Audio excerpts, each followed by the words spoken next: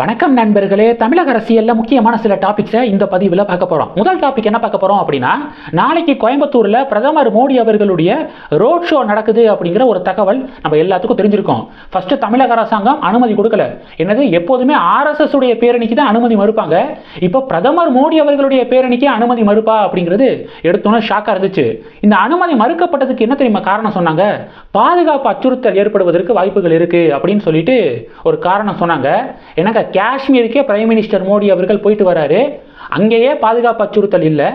அப்போ தமிழ்நாட்டுக்கு உரிய ஒரு ப்ரொடெக்ஷன் கொடுக்கணும் அப்படிங்கிறதான் பொதுமக்களுடைய எதிர்பார்ப்பு.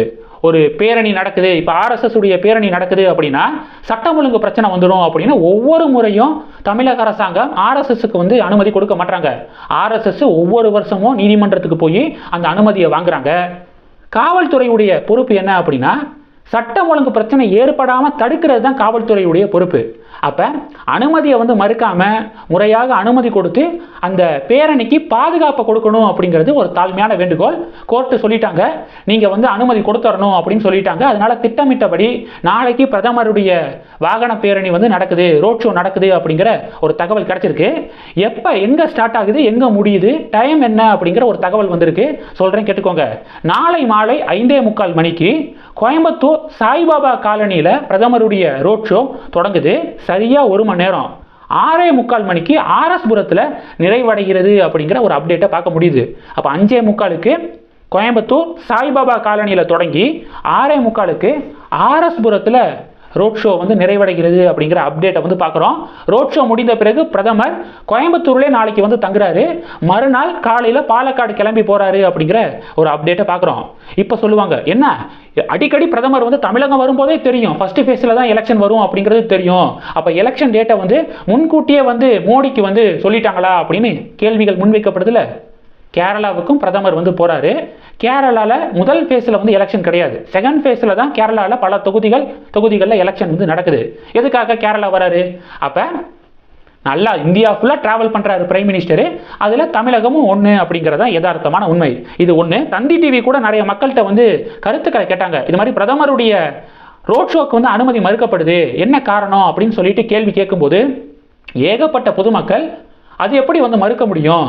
அவர் இந்தியாவுடைய பிரதமர், இந்தியாவில் எந்த பகுதிக்கு போகிறதுக்கும் அவருக்கு உரிமை இருக்கு. அதனால அனுமதியை மறுக்காம தேவையான பாதுகாப்பை பலப்படுத்தணும் அப்படின்னு எல்லா மக்களும் கருத்துக்களை தெரிவிக்கிறாங்க. அது தந்தி டிவியில் அந்த வீடியோ சோசியல் மீடியாவில் வைரலாக ஷேர் ஆகுது. தமிழக வரலாற்றிலேயே முதன்முறையாக பிரதமர் நரேந்திர மோடி அவர்கள் ரோட் ஷோவை மேற்கொள்கிறாரு நாளைக்கு அப்படிங்கிறதான் கூடுதலான தகவல். இதுவரைக்கும் தமிழகத்தில் ரோட் ஷோ பிரைம் மினிஸ்டர் போனதே கிடையாது. பல மாநிலங்களில் போயிருக்காரு, கேரளாவில், தெலுங்கானாலெல்லாம் போயிருக்காரு. தமிழகத்தில் இதுதான் ஃபர்ஸ்ட் டைம் அப்படிங்கிறத பார்க்குறோம். அதனால பாஜகவை சேர்ந்தவர்கள் பல பேர் நாளைக்கு கோயம்புத்தூருக்கு நேரடியாக போய் பிரதமருக்கு வரவேற்பு கொடுக்க இப்போ பிளான் பண்ணிக்கிருக்காங்க அப்படிங்கிறத நம்ம பார்க்க முடியுது. இதில் கோயம்புத்தூரில் ஸ்பெசிஃபிக்காக ரோட் ஷோ பிரைம் மினிஸ்டர் போகிறதுனால அண்ணாமலை கோயம்புத்தூர் பாராளுமன்ற தொகுதியில் போட்டிடுறது கிட்டத்தட்ட கன்ஃபார்மோ அப்படிங்கிற சில சந்தேகங்கள் வருது. பாஜக மேலிடம் அண்ணாமலையை கோவையில் போட்டியிட சொல்கிறாங்க.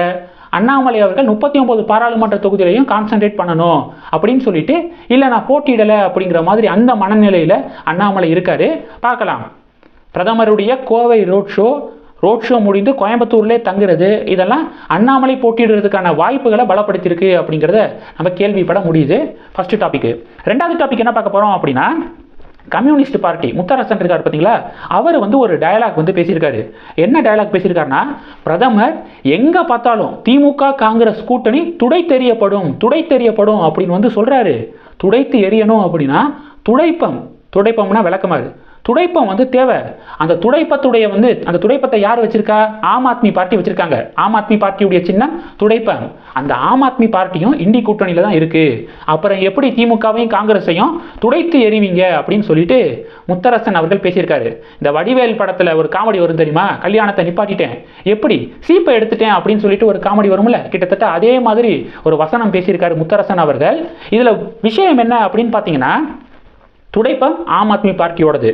அந்த ஆம் ஆத்மி பார்ட்டி பஞ்சாப்ல காங்கிரஸை துடை தெரிந்தது அப்படிங்கிறது தான் கடந்த சட்டமன்ற தேர்தல், பஞ்சாப் சட்டமன்ற தேர்தலில் நம்ம பார்த்தோம். பஞ்சாப்ல காங்கிரஸ் உடைய ஆட்சி இருந்துச்சுங்க. அந்த காங்கிரஸ் ஆட்சியை ஆம் ஆத்மி பார்ட்டி வீழ்த்தி பஞ்சாப்ல ஆட்சியை பிடிச்சிருக்காங்க. இப்பயும் பஞ்சாப்ல ஆம் ஆத்மி தனியாக வேட்பாளர்களை களமிறக்குறாங்க. யாரு? காங்கிரஸும் வேட்பாளர்களை தனியாக களம் இறக்குறாங்க அப்படிங்கிறத நம்ம பார்க்குறோம். ஏன் நம்ம பக்கத்து மாநிலமான கேரளாவில் கம்யூனிஸ்ட்டும் காங்கிரஸும் தனித்தனியாக வேட்பாளர்களை களம் இறக்குறாங்க. கேட்டால் இண்டி கூட்டணி அப்படின்னு வந்து சொல்கிறாங்க. வேட்பாளர்களை தனித்தனியாக களம் இறக்குறாங்க. இதுதான் கள நிலவரமாக இருக்குது. இப்படி கள நிலவரத்தை வச்சுட்டு முத்தரசன் அவர்கள் இப்படிப்பட்ட ஒரு டயலாக் விடுறாரு அப்படின்னு சமூக வலைதளத்தில் நிறைய பேர் பதிவுகளை போடுறாங்க. மூணாவது டாபிக் என்ன பார்க்க போகிறோம் அப்படின்னா, மத்திய உள்துறை அமைச்சர் அமித்ஷா அவர்கள் மற்றும் மணிப்பூருடைய முதலமைச்சர் இருக்கார் பார்த்தீங்களா, அவங்க முக்கியமான ஒரு விஷயம் பண்ணியிருக்காங்க. என்னன்னா, மணிப்பூர் கலவரம் நடந்துச்சு பார்த்தீங்களா, இந்த மணிப்பூர் கலவரம் நடக்கிறது இதுக்கெல்லாம் மிக முக்கியமான ஒரு காரணமாக இருந்தது மியான்மரிலிருந்து சட்டவிரோதமாக மணிப்பூரில் இருக்காங்க பார்த்தீங்களா, சட்டவிரோதமாக மணிப்பூருக்கு வந்து மணிப்பூரில் வந்து இருக்கிறவங்க தான் இந்த வயலன்ஸை வந்து அதிகப்படுத்தினது அப்படிங்கிறது எல்லாருக்கும் தெரியும். இப்போ என்ன தகவல் கிடச்சிருக்குன்னா, இல்லீகலாக மியான்மரிலிருந்து மணிப்பூருக்கு வந்தாங்க பார்த்தீங்களா, அதில் ஃபஸ்ட்டு பேட்ச் வந்து இப்போ மறுபடியும் மியான்மருக்கே திருப்பி அனுப்பப்பட்டிருக்காங்க அப்படிங்கிற செய்தியை கேள்விப்பட முடியுது. அது மட்டும் இல்லாமல் மணிப்பூர் மியான்மர் இந்த பார்டர் இருக்குது பார்த்தீங்களா, மொத்தம் 1643 கிலோமீட்டர் பார்டர். அந்த பார்டர் கிலோமீட்டரு, அந்த 1643 கிலோமீட்டருக்கும் இப்போ வேலியை வந்து இப்போ வந்து அமைக்கக்கூடிய பணிகள் இப்போ ஸ்டார்ட் ஆயிருக்கு அப்படிங்கிறத பார்க்குறோம். டோட்டல் 1643 கிலோமீட்டருக்குமே வேலியை வந்து அமைக்கிறாங்க. அந்த பணி நேற்றைய தினம் ஸ்டார்ட் ஆயிருக்கு அப்படிங்கிற அப்டேட்டை பார்க்குறோம். இது ஒன்று. அடுத்த விஷயம் என்ன அப்படின்னா, அதிமுக வந்து பாஜக கூட்டணியிலிருந்து வெளியேறினாங்க. என்ன கணக்கு போட்டாங்கன்னா, திமுக கூட்டணியிலிருந்து நிறைய கட்சிகள் இங்கிட்டு வரும் அப்படின்னு நினைச்சாங்க, வரவே இல்லை. அது மட்டும் இல்லாமல் முக்கியமான கட்சிகள் நிறைய கட்சிகள் வந்து யோசிச்சுட்டு இருக்காங்க. தேமுதிகவாக இருக்கட்டும், இல்லை பாமகவாக இருக்கட்டும், இவங்க இன்னும் யோசிச்சுக்கிட்டே இருக்காங்க. எலெக்ஷனே முடிஞ்சிரும் போல, யார் பக்கத்து போகிறது அப்படின்னு யோசிச்சுட்டு இருக்காங்க. இப்போ வரைக்கும் அதிமுகவுக்கு பெருசாக கட்சிகள் வந்து இல்லை, கூட்டணி வந்து இல்லை, கிட்டத்தட்ட தனிமரமாக தான் இருக்காங்க அதிமுக. இப்போ சோசியல் மீடியாவில் சில தகவல்கள் வந்து ஷேர் ஆகுது. என்ன தெரியுமா, பாஜக அமித்ஷா அவர்கள்ட்ட அதிமுக தரப்பிலிருந்து சில அப்பாயின்மெண்ட் வந்து கேட்கப்பட்டிருக்கு. மறுபடியும் கூட்டணி அமைப்பது தொடர்பாக அப்பாயின்மெண்ட் வந்து கேட்கப்பட்டிருக்கு. 3 வாட்டி வந்து அப்பாயின்மெண்ட் கேட்கப்பட்டிருக்கு அப்படின்னு வந்து சொல்கிறாங்க லாஸ்ட் ஒரு 3 நாளில். ஆனால் 3 வாட்டியுமே மத்திய உள்துறை அமைச்சர் அமித்ஷா அவர்கள் அதிமுகவுக்கு அப்பாயின்மெண்ட் கொடுக்கல அப்படின்னு சோசியல் மீடியாவில் சில செய்திகளை பார்க்க முடியுது. இது உண்மையா இல்லை சமூக வலைதளத்தில் சும்மா யாராவது அடிச்சு விட்றாங்களா அப்படிங்கிறது தெரியல. ஒருவேளை மறுபடியும் அதிமுக பாஜக பக்கம் போகிறதுக்கு, பாஜகவோடு கூட்டணி அமைக்க பிளான் பண்ணாங்க அப்படின்னா பாஜக அதை திட்டவட்டமாக ஒத்துக்கக்கூடாது அப்படிங்கிறதான் பாஜக தொண்டர்களுடைய கருத்தாக வந்து இருக்கு. நல்ல டைரக்ஷனில் தேசிய ஜனநாயக கூட்டணி தமிழகத்தில் போய்க்கு இருக்கு. மறுபடியும் திராவிட கட்சிகள் அப்படிங்கிற கிணத்துக்குள்ள பாஜக போய் விழுந்துடக்கூடாது அப்படின்னு சொல்லிட்டு தொண்டர்கள் திட்டவட்டமாக இருக்காங்க.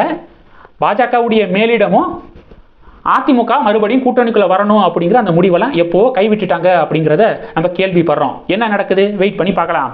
அடுத்த டாபிக் என்ன பார்க்க போறோம் அப்படின்னா, மும்பையில் சிவாஜி பார்க் இருக்கு பார்த்தீங்களா, அந்த மைதானத்தில் இண்டி கூட்டணியுடைய ஒரு பொதுக்கூட்டம் இன்னைக்கு நடக்குது அப்படிங்கிற அப்டேட்டை பார்க்குறோம். இந்த பொதுக்கூட்டத்தில் திமுக தலைவர் ஸ்டாலின் அவர்கள் கலந்துக்கிறாரு, உத்தவ் தாக்கரே, சமாஜ்வாடி பார்ட்டியுடைய தலைவர் அகிலேஷ் யாதவ், இது மாதிரி இந்திய கூட்டணியில் இருக்கக்கூடிய முக்கியமான தலைவர்கள்லாம் அந்த பொதுக்கூட்டத்தில் கலந்துக்கிறாங்க அப்படிங்கிற அப்டேட்டை பார்க்குறோம். அந்த பொதுக்கூட்டம் முடிந்த பிறகு இன்று இரவே சென்னை திரும்புகிறார் முதலமைச்சர் ஸ்டாலின் அப்படிங்கிற தகவலை நம்ம கேள்விப்பட முடியுது. இந்த டாபிக்ஸ் எல்லாத்தையும் பற்றி உங்களுடைய பார்வைகளை மறக்காம கமெண்ட் பண்ணுங்க. இந்த வீடியோ பிடிச்சிருந்துச்சுன்னா லைக் பண்ணுங்க, ஷேர் பண்ணுங்க, மறக்காம நம்ம சேனலை சப்ஸ்கிரைப் பண்ணுங்க.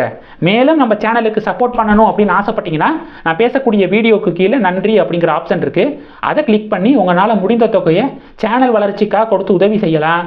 இல்லை ஜாயின் பட்டனை கிளிக் பண்ணி நம்ம சேனலுக்கு மெம்பராக வந்து ஆகலாம். நன்றி. ஜெய் ஹிந்த்.